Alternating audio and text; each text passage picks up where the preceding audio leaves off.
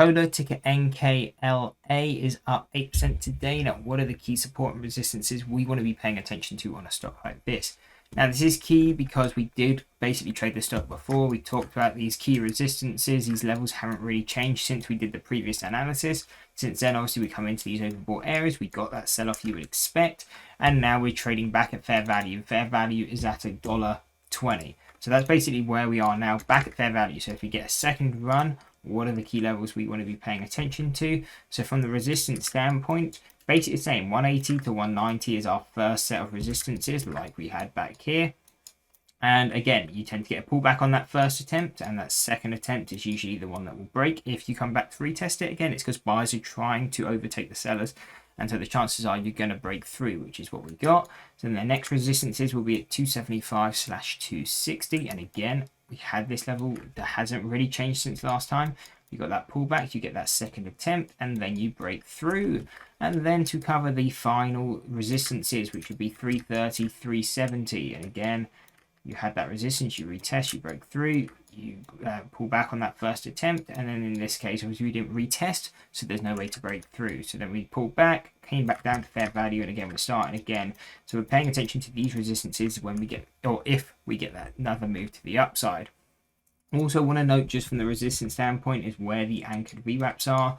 The key ones you're going to want to be paying attention to is 165, 290, 536, and if there was any sort of like a mega squeeze, 1114 would be the next key resistances. Again, these are just anchored VWAPs from different points in time.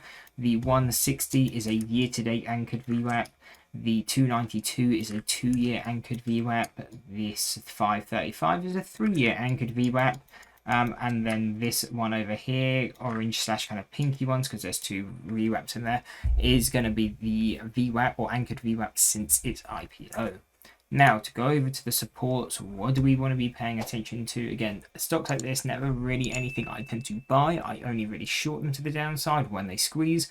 But if you are someone who likes to be buying these sorts of stocks, I would be waiting for a move between 120 and 180 and waiting for a break below. And the reason for that, between 120 and 85 cents, is if we zoom out to the standard deviation channel, as you can see, that is the area of fair value. And what fair value is quite self-explanatory, where you think the stock should be trading based on the information it's given us over the past year and the 6 months. So if we're investing in a stock, which again, if you're buying kind of at the lows, is probably what you're trying to do in a stock like this, we want to be buying when we're below this fair value, because then we're getting it at a discount on both a 6-month and 1-year outlook. So we're looking for it to get below that to start buying or investing in it. Again, not something I personally invest in, but if it's something you are, usually we want to be buying below that level.